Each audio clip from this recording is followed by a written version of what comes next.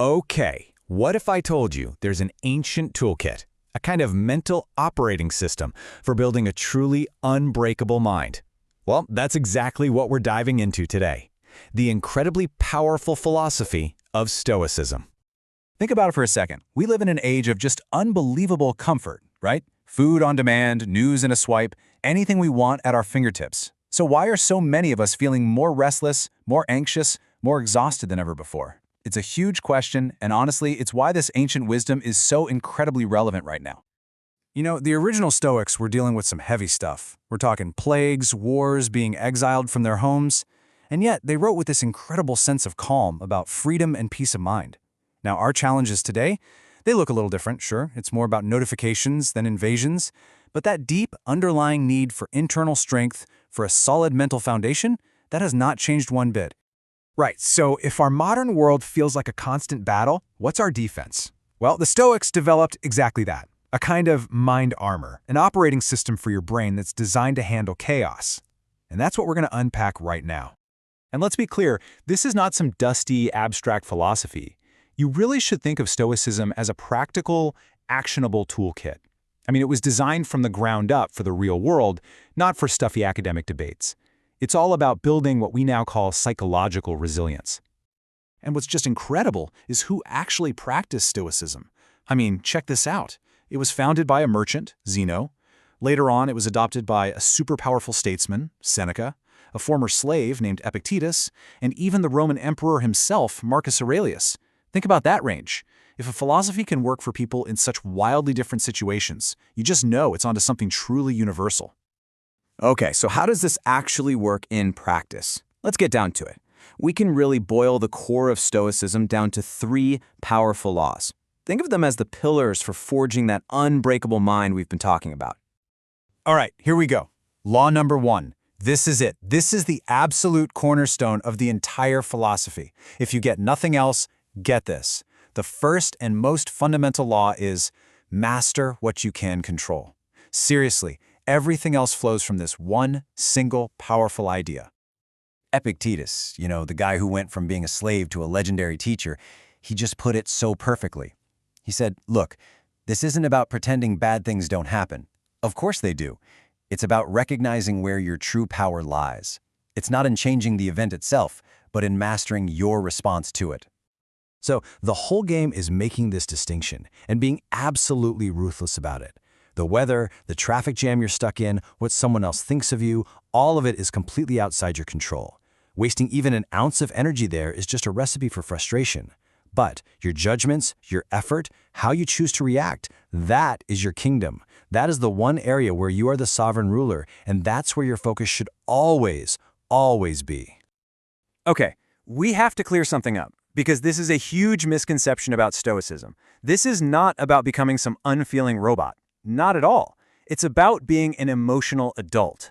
So you don't suppress the feeling of anger, for instance. Instead, you question the judgment that caused it. That little voice in your head that screamed, "This is an outrage." See, the feeling is just a signal. Your judgment is what turns that signal into actual suffering, and that's the whole difference.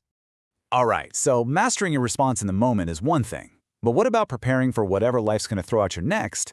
Well, that brings us right to law number 2. And this is where the practice gets really proactive. It's not enough to just react well, you have to train your mind in advance, and you do that by welcoming discomfort. Seneca gives us this absolutely perfect military metaphor for this. He says, you don't wait for the battle to start to learn how to fight, right? Soldiers practice maneuvers in peacetime. It's the same idea here. By choosing small, voluntary hardships now, you're building up that mental muscle, that resilience, for when life throws the real, involuntary hardships your way. And listen, this does not have to be some extreme thing. We're talking about things as simple as taking a cold shower to jolt yourself awake, or maybe skipping a meal to remember what real hunger feels like, or purposefully putting your phone away, just for an hour, for some digital silence. These small acts teach your body and your mind a crucial lesson, that you don't need constant comfort to function. You are way tougher than your cravings. Okay, so we've learned to master our focus and train our resilience. But why? What's it all for?